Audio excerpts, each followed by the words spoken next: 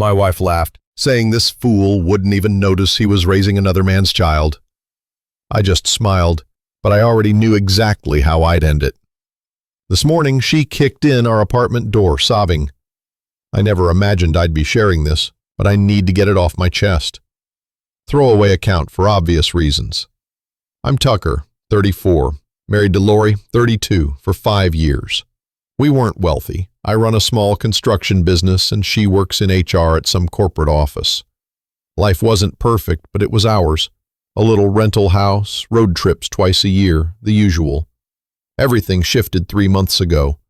I was in the garage working on my project car, just an old Mustang, nothing special, when I overheard Lori on the back porch with her friend Gemma. They were drinking wine, getting loud like they always did on their Friday nights. I wasn't trying to eavesdrop, but then I heard my name. Tucker's such an idiot, Lori slurred. Working all those extra hours for the baby fund, and he won't even realize he's raising someone else's kid. My hands froze mid-wrench. Gemma's cackle followed. Oh my God, you're awful. Does William know? Of course he knows, Lori replied. He's been helping me practice for months. I sat there, oil in my hands, heart racing. William, her co-worker, the one who always stood a little too close to Lori at office parties, even with his wife Harlow right there.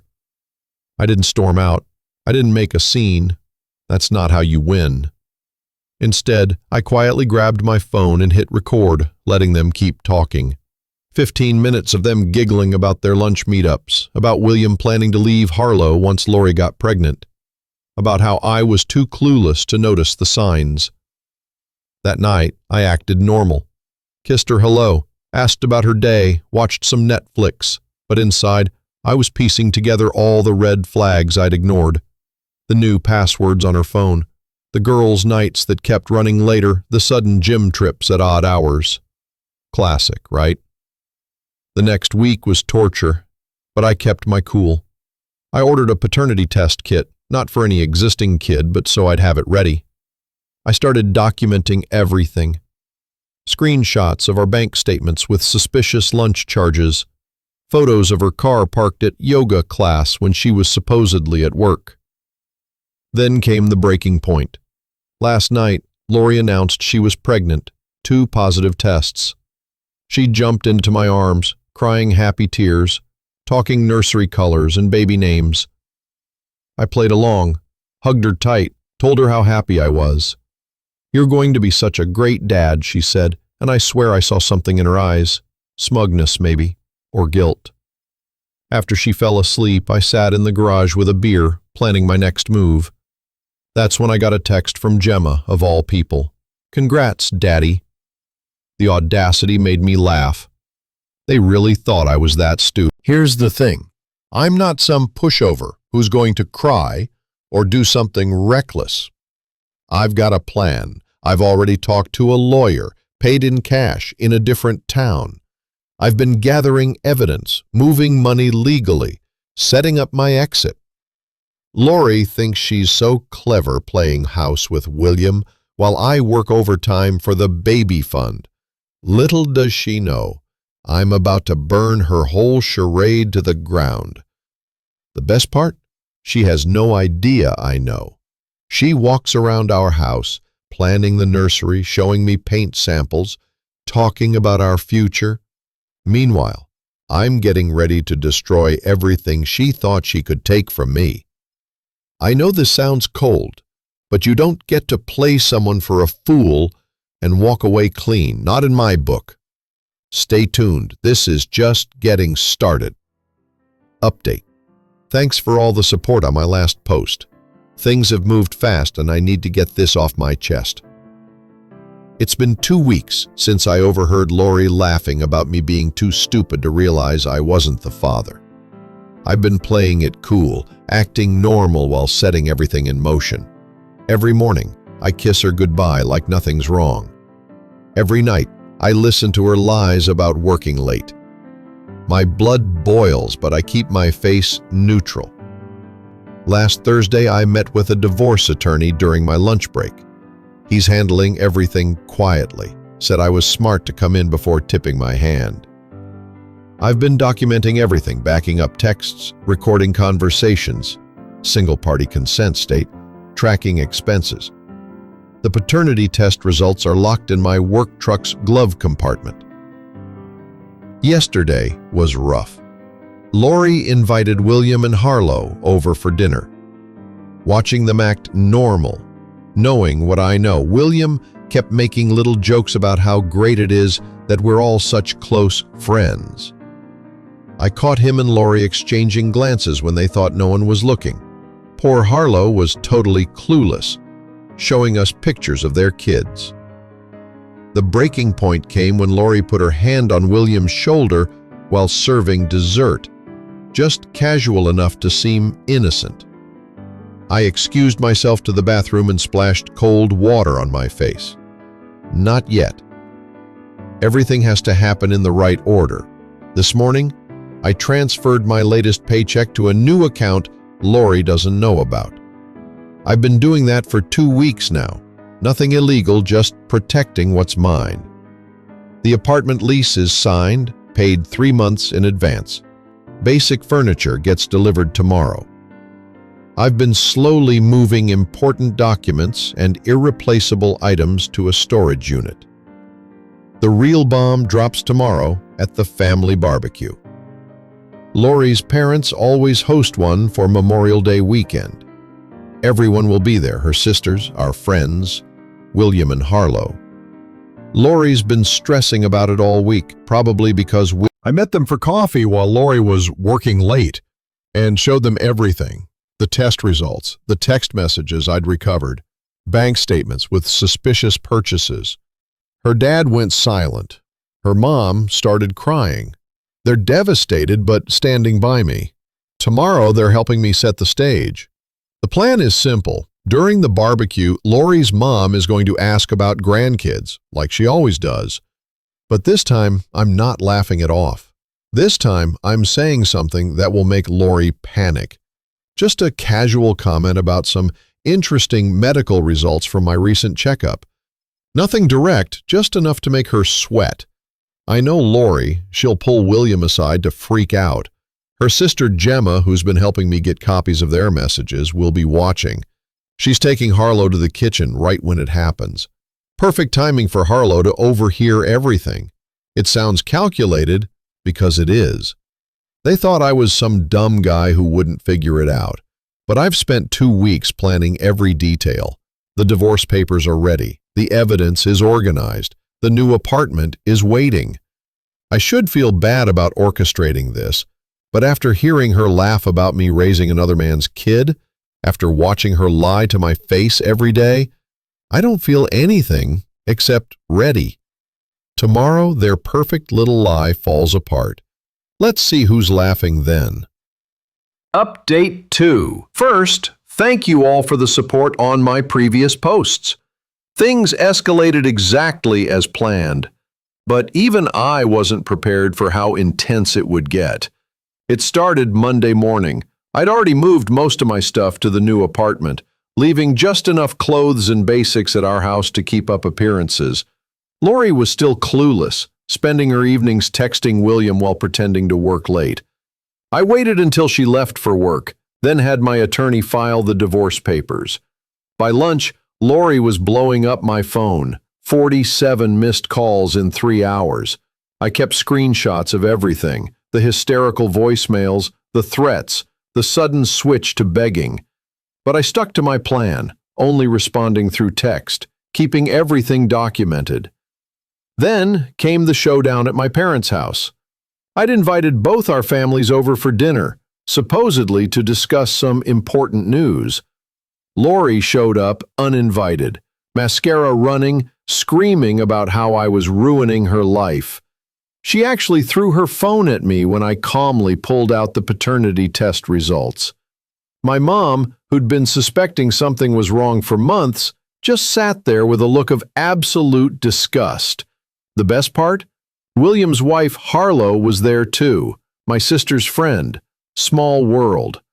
Watching Lori's face when Harlow walked in was priceless. Turns out William had been feeding Lori the same lines he'd used on 2 other women before her. Real winner, that guy. "You stupid bastard," Lori screamed, getting in my face. "You have no idea what—" We could have been happy. I just looked at her and said, "Happy raising another man's kid while you two laugh behind my back? That kind of happy?" She tried to slap me. I caught her wrist. The room went dead silent. The funny thing is, I told her, "You thought I was some dumb construction worker who wouldn't figure it out. But I've got texts, recordings, bank statements, everything. Your boyfriend, William? He's been embezzling from the company. HR is looking into both of you right now." This morning, Lori lost her job. Turns out sleeping with your married coworker and using company time to plan your deception isn't looked upon kindly in corporate America. William's wife cleaned out their joint accounts and moved in with her sister. He's been calling me, threatening legal action, but my attorney just laughs. We've got everything documented.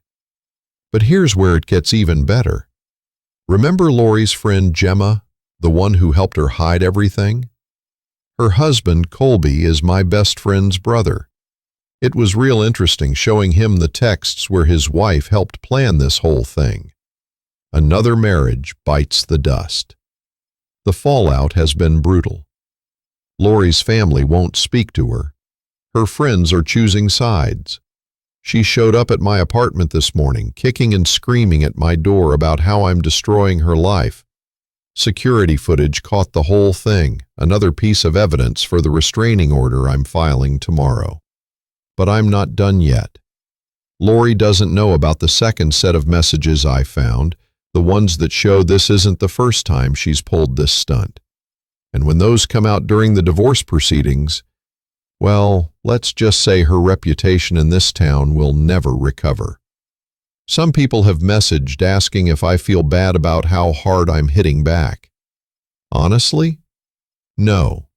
She and William planned to make me raise another man's child, laughing about what a fool I was. They deserve every bit of karma coming their way. Tegan, my attorney's paralegal, has been amazing through all this. I'll update when the divorce proceedings start. Something tells me Lori is going to try something desperate when she realizes just how thoroughly I've documented everything. Stay tuned. Final update. I never thought I'd be writing this final update, but here we are.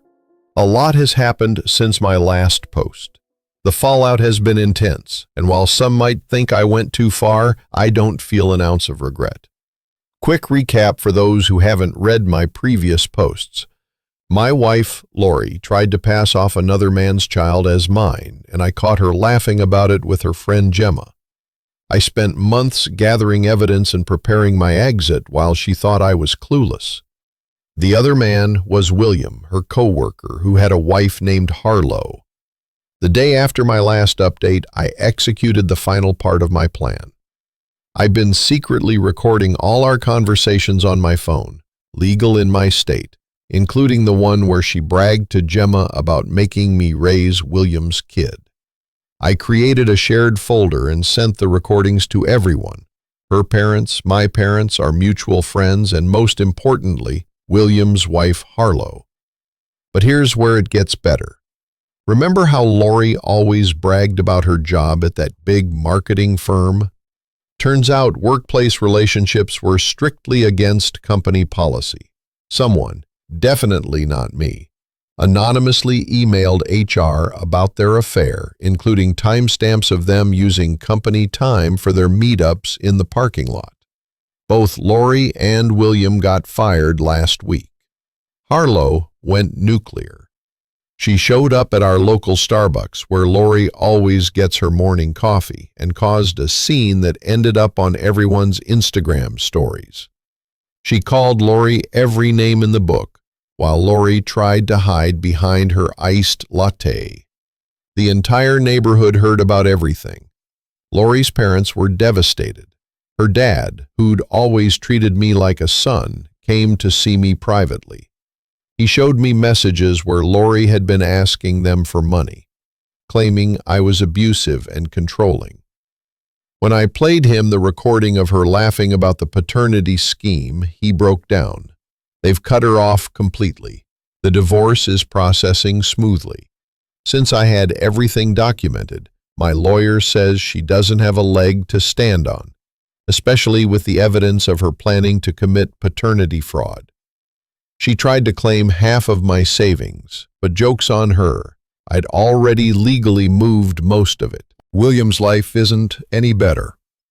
Harlow kicked him out and posted about his cheating on Facebook, tagging their entire friend circle. His brother owns the company that gave him his last 3 jobs. Guess who's not getting any more family favors? Last week, Lori showed up at my apartment at 3 a.m., completely wasted. She was screaming about how I ruined her life, how she's living in her car because no one will take her in. Gemma ghosted her after I exposed their messages about the paternity scheme. Even her cousin Tegan, who she thought would always have her back, blocked her number after seeing the evidence. She tried to play the victim, crying about how she made one mistake and I'm being cruel.